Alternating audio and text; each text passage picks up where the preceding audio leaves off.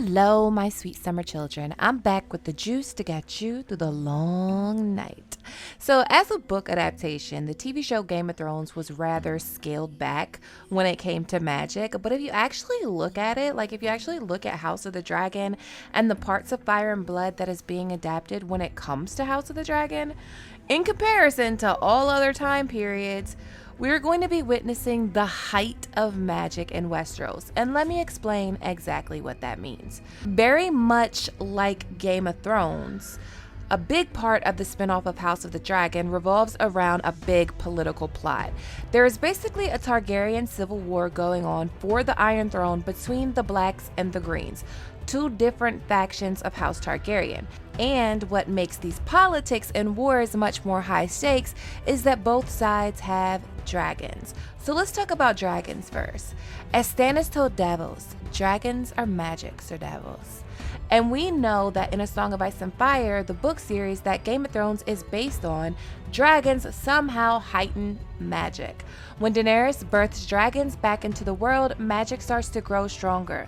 You know the saying, old powers waken, shadows stir, an age of wonder and terror will soon be upon us, an age for gods and heroes. Yeah, the glass candles are burning and you're listening to the Obsidian Nights podcast. Yeah, that line is actually from A Feast for Crows and we use it for the Obsidian Nights podcast.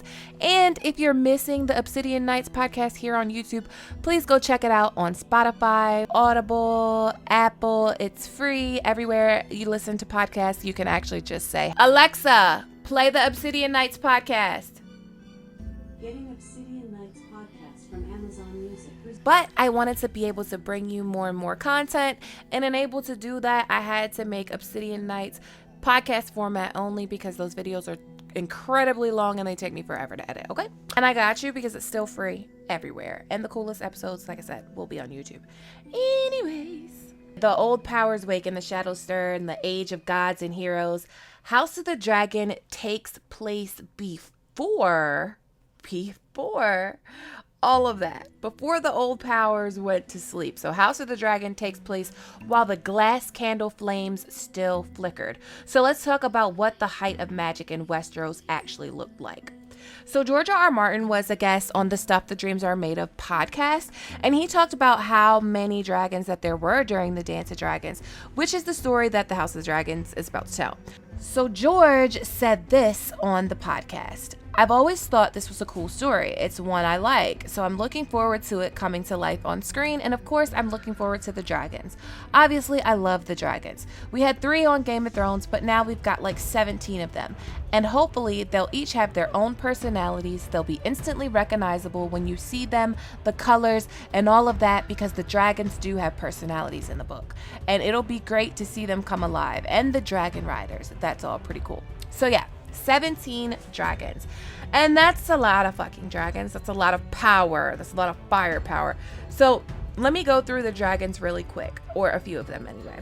Balerion the Black Dread is Viserys' dragon, but Balerion dies when Viserys is pretty young. So the next oldest dragon is Vhagar. Vhagar was the queen herself, Visenya's dragon.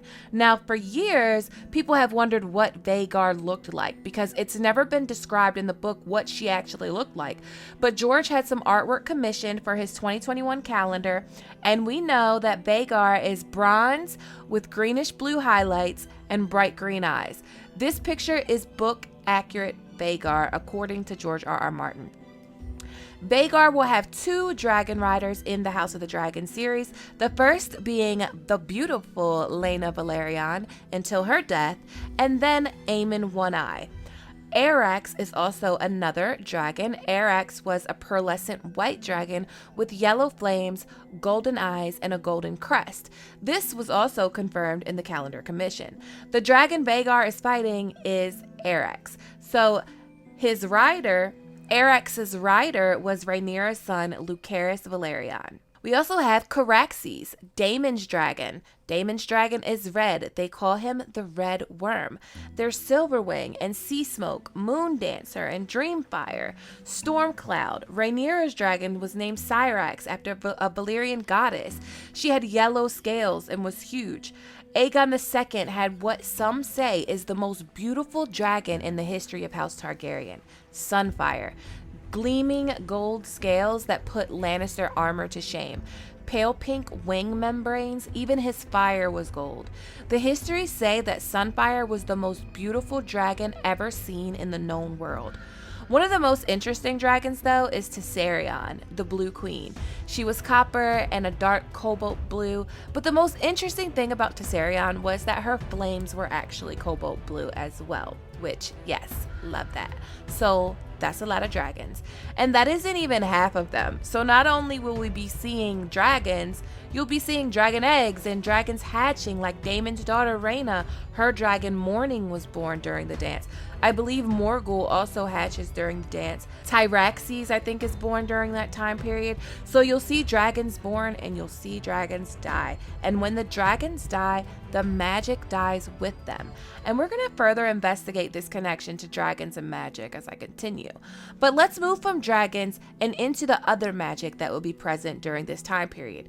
So we have witches. Lots of witches, actually. Let's start with the White Worm, Lady Misery, also known as Mysaria. So Mysaria is kind of like a Varys character. She's like the mistress of whispers, at least during the dance. I think of her as a cross between Varys and Mirri Maz Duur. I think it's very possible that Mysaria did some kind of blood magic that made Visenya, Rhaenyra's daughter, stillborn. It made her daughter come out misshapen and malformed, because we have 3 examples of these dragon-tailed, malformed children. Daenerys, Rhaenys, and Maegor. Daenerys, with Rhaego, we had Mirri Maz Duur doing shit. Maegor, with his stillborn children, we had Tyanna in the tower doing shit. And Mysaria could have done shit to make Visenya like that. I mean, at the end of the day, Mysaria lost her child with Daemon, and Mysaria went from being his favorite, his bottom bitch, to who knows what. Like, we also will have Alice Rivers, the Witch Queen of Harrenhal. Alice Rivers is super powerful. Like, she has some magical abilities that we have never seen before, and she has some abilities that we have seen before. For example, she seems to see things in the fire, much like Melisandre. She actually reminds me a lot of Melisandre, but she also allegedly explodes heads and like curses people to like die. So let me explain what happened. Long story short, Alice Rivers is said to be the bastard daughter of Lionel Strong. So she would be half-sister to Harwin and Larys the Clubfoot. So she winds up having relations and getting pregnant by Aemon One-Eye. She has his kid, allegedly. Sometime after the dance, Alice and her kid and like a ragtag of squagglers are like all holed up in Harrenhal. I think it's like about 600 people. Anyway, so Tywin Lannister is handed the king to Aegon the Dragonbane, and he sends like a member of the Kingsguard, Sir Regis Groves, to Harrenhal, basically to like take it back. And Alice comes out with her son, and she's like, kneel before your king. And Regis is like, I don't kneel to bastards, much less baseborn whelp of a kinslayer and a milk cow. And some say that he was shot with a crossbow. Mushroom says a lead ball from a horseman, but others say Alice raised her hand and his head exploded. Harrenhal then defeated them and captured one and sent him back as a messenger, and he claimed that he was cursed. Like, should he tell his story and anyone laugh, that he's gonna die. And he got some assurances, like, yeah, we're not gonna laugh, just tell us the story. But anyway, some asshole in the back laughed anyway, and the messenger like started to choke, and he choked to death. And some say that handprints were seen around his neck. So we haven't really seen any shit like this. Like, the closest thing is likely shadow binding. We also have the story of Nettles. Some say she's just a Targaryen bastard. Rhaenyra says she's a witch. I think she could be a child of the forest, but the histories do tend to point to her being this fire witch in the Vale that the burned men sacrificed to. Facing the fire witch in her lair and coming back with burns is the only way they could be considered men. We also have to think about the children of the forest. They were likely still around. Leaf basically says she walked the earth during the time of the dragon. And if you haven't seen my video on Daemon and how he ties into that, then check that out. It's called Daemon's Secret. The old gods were definitely not sleeping during the Dance of Dragons. We get a vision from Bran Stark in Dance with Dragons chapter where Bran sees like the woman emerge from a pool kissing a knight as tall as Hodor. If you've been watching me for a while, then you know I think that this woman is Sarah Snow. and she was wed to Jace, Rhaenyra's son, during the Pact of Ice and Fire in a secret weirwood ceremony. Also, we know that prophecy is in play, like prophecy is being spit out, dreams and prophecy. In the trailer, I've spoke about how I think Rhaenyra is seeing Dany on the throne and it's a dream she's having of the future, or it could be herself that she's seeing on the throne. She's definitely seeing someone sitting on the throne and it's a woman. But we do know that prophecy is in play because we have like Hugh the Hammer, who thinks he like fulfills this prophecy about the hammer falling on the dragon and a new king arising. Like he thinks that's him. And it's not. It's about Robert and Rhaegar, but still there's prophecy in play. Like all of these magical moments and beings and things have an overreaching arc when it comes to the main story, depending on which version of the tales were true, because you know we have 3 versions. We have versions where Vermex laid clutches of dragon eggs in the crypts of Winterfell, and we have versions where Kragan and Jace were just best friends. Like we have so many different versions of these stories, 3 different versions, and we don't know what, like the truth is in there somewhere in between those 3 stories, but I don't think any of them are accurate. So we will have old gods, the children, prophecy, dreams, multiple witches, glass candles, and dragons.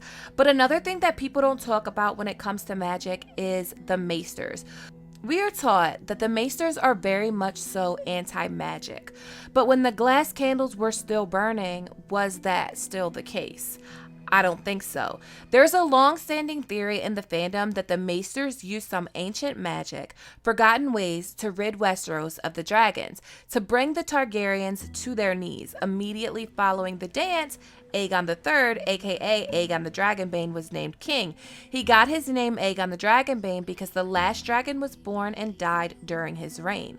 The last dragon had no name. But remember how I told you there was always a witch present or magic in play when these misshapen Targaryen babies were born? Well, the last dragon was a green female described like this. She was sickly, small, misshapen, and stunted, and her wings were withered. Sound familiar? She did, however, manage to lay a clutch of 5 dragon eggs that never hatched, and Arlen of Pennytree said that they were hard as stone. So could the maesters have used some ancient sorcery to stunt the growth of this dragon and prevent any further dragons from hatching?